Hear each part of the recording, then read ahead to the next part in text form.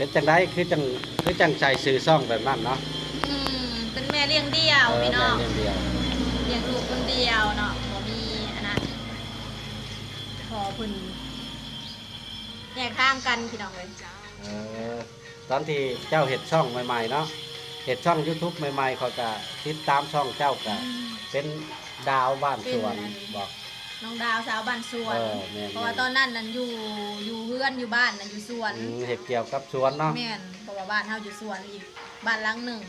อยู่สวนแหละสิตอนนั้นบ้านหลังนี้ยังสร้างบ่แล้วพี่น้องยังเฮ็ดบ่แล้วก็สิอยู่พุ่นสิเป็นบ้านสวนเนาะอยู่แคมป์ของก็สิเป็นสวนยางบัดนี้กลับมากับเปลี่ยนเป็นนั่นช่องเลยสาวดาวแม่เลี้ยงเดี่ยวเด้อพี่น้องฝากหน่อยเด้อฝากเข้าไปกดติดตามเนี่ยจ้า FC ผลมนหรือว่า FC มนบรรณาเนาะถ้าเห็นก็กดติดตามให้เป็นกำลังใจเนาะยูทูบเบอร์บ้าน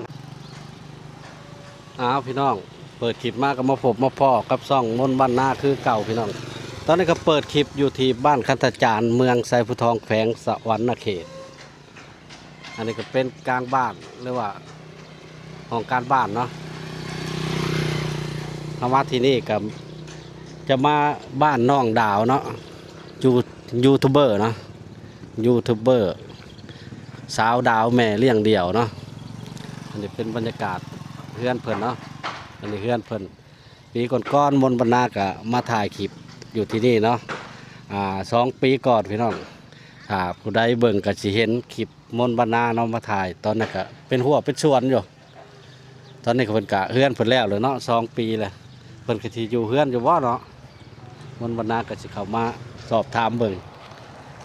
เอาไปใกล้ๆพี่น้องเพราะว่า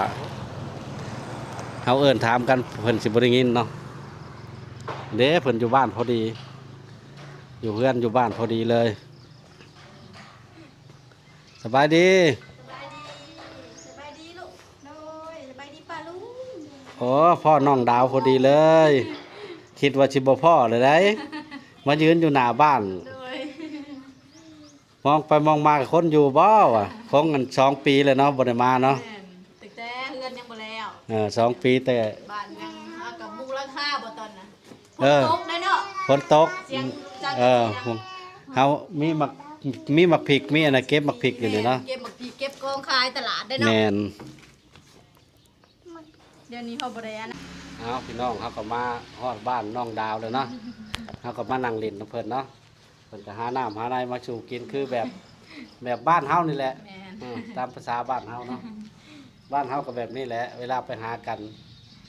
ไปลินบ้านอื่นเนาะสบายดีอันนี้ก็มือเดียวได้พี่น้องเลยค้ากล้องพี่น้อง FC เพิ่นเบิ่งบางคลิปของมนต์บรรณาเพิ่นก็ว่าถ้ามือค้ากล้องค้ายังกะสวัสดีสบายดีไปซื่อๆก็ได้เพิ่นต้องยกมือข้างเดียวเพิ่นก็สิบอกเฮาไปสิเนาะแม่นเคยได้ยินอยู่เพิ่นบอกเฮาเอาบ่ชินเนาะเพราะว่ามือนึงเอาก็ถือกล้องมือนึงเอาก็ถือแล้วก็ยกมือเนาะแต่ว่าเพิ่นก็บ่เบิ่งเพิ่นก็รู้จักดีดอก FC เฮาเนาะแล้วก็ FC น้องดาวมื้อนี้เฮาก็มาเล่นน้ำเพิ่นแล้วเฮาก็สิได้ถามข่าวเพิ่นเนาะช่องเพิ่นก็มีถ้าพี่น้องเขามาเบิ่งเขามาชมก็กดไลค์กดแชร์แล้วก็กด Subscribe นำเด้อพี่น้องกันเนาะช่องน้องดาวน้องสาวดาวแม่เลี้ยงเดี่ยวสาวดาวแม่เลี้ยงเดี่ยวเนาะเฮาก็สิเอาขึ้นข้างบนให้พี่น้องเบิ่งเนาะติดตามเนาะข้างบนนี่แหละเป็นจังไดคือจังใส่ซื้อซ่องแบบนั้นเนาะเป็นแม่เลี้ยงเดี่ยวพี่น้องเลี้ยงลูกคนเดียวเนาะบ่มีอันนั้นขอพึ่นแยกทางกันพี่น้องเลยตอนที่เจ้าเห็ดช่องใหม่ๆเนาะเห็ดช่อง YouTube ใหม่ๆเขาจะติดตามช่องเจ้าก็เป็นดาวบ้านสวนบอกน้องดาวสาวบ้านสวนเพราะว่าตอนนั้นนั่นอยู่เพื่อนอยู่บ้านนั่นอยู่สวนเห็ดเกี่ยวกับสวนเนาะแม่นเพราะว่าบ้านเฮาอยู่สวนอีกบ้านหลังหนึ่งอยู่สวนแหละสิตอนนั้นบ้านหลังนี้ยังสร้างบ่แล้วพี่น้องยังเฮ็ดบ่แล้วก็สิอยู่พุ่นสิเป็นบ้านสวนเนาะอยู่แคมป์ของ ก็สิเป็นสวนยาง บัดนี้กลับมากับเปลี่ยนเป็น นั่น ผักช่องเลย สาวดาวแม่เลี้ยงเดี่ยวเด้อพี่น้องฝากหน่อยเด้อฝากเข้าไปกดติดตามหน่อยจ้า FC ผลยมนต์หรือว่า FC มนต์บรรณาเนาะ ฝกหอยด้อ ถ้าเห็นก็กดติดตามให้เป็นกำลังใจเนาะยูทูบเบอร์บ้านเฮาก็มี2คน3คนผู้ใดเนาะ หลายคนอยู่ หลายคนอยู่เนาะ ซุ่มเอื้อยแล้วก็ซุ่มร้านนี่แหละ ซุ่มปานีเนาะ แม่ซุ่ม แล้วก็บ่าวข้าวพรเนาะ แม่นญาติพี่น้อง ก็หลาย เลยน้อง หลาย ครอบ คน ครัว อยู่ เดียวกันนี่แหละ หลายคนอยู่ หลายคน มนต์บรรณาก็ติดตามอยู่ มีเปิดดังแล้วเลย นี่กับบรรยากาศที่บ้านเพิ่นเนาะ แม่ฝนตกก็สิครึมๆ เมื่อเช้านี่ฝนตกเนาะเมื่อเช้า ฝน นี่ ตกเย็นละบาดนี้ ฝน ห ต ลั ก ง ก็ จากที่ฮอดมาโดนเติบ เฮาก็เคยมาถ่ายคลิปครั้งหนึงตอนที่พูนตอนเพิ่นนั่น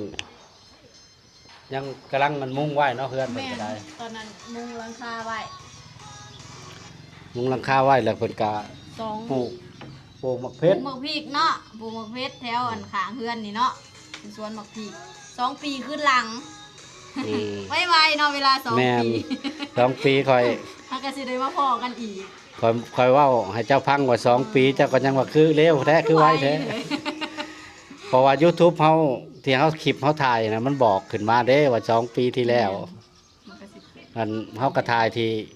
ในสังกะสีโต่งน้ำฝนตก แล้วก็สิตรงน้ำดัง อืม ฝนตกถ่ายคลิป แต่ว่าเฮาก็บ่มีเครื่องตัดเสียงขึ้นแนวนี้เนาะแต่ก่อน ถ่ายสดเลย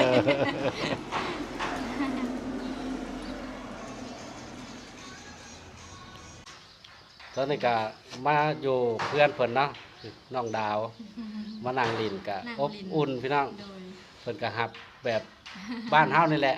บ้านเฮาเอิ้นสิเอิ้นว่าฮับแขกเนาะทั้งสปปลาวเนาะมีขู่คนมากอะเอาน้ำเอาในมาสู่กิน แต่สมัยสมัยแม่เฮาก็เพิ่นก็อยู่ในอุในไหผู้ใดพี่น้องในอุในไหกินตอนนั้นเย็นเลยเนาะแต่ว่า ไหดินเนาะ ไหดิน สมัยคือมื้อนี้น้ำเพื่อนน้ำชานกับบ่เห็นเลยไหดินก็หายไปเบิดเลย ตะกี้สิอยู่น้ำกะสิมีอยู่ตอนนั้นแต่ข้าวตะกี้อยู่น้ำเทียงนาเนาะ เออไหดินหมอดินเนาะ แม่น ใส่น้ำไว้กินเย็นเพิ่นบ่ได้เอามาหับมายังดอกเพิ่นเอาไปตัดกินเอง แม่ เนาะ นมีกระบวยเนาะ มีกระบวยเอามะพร้าวกระบวยมะพร้าวใส่คั้นใส่หยังโอ้ยคักตอนนั้นสมัย แต่อายุ18 19 ปีเนาะมนต์บรรณาก็เคยมาอยู่นี่แหละ เคยมาอยู่บ้านคัตจารย์เนาะแต่ว่าน้องดาวก็ยังน้อยๆก็เชิงสิบ่จื้อปานใดหรอก โอ้โหซ้ บ่ฮู้ว่าแต่ว่า ำโดยลูกโดย รู้จักแต่ไอรอนนั่นแหละ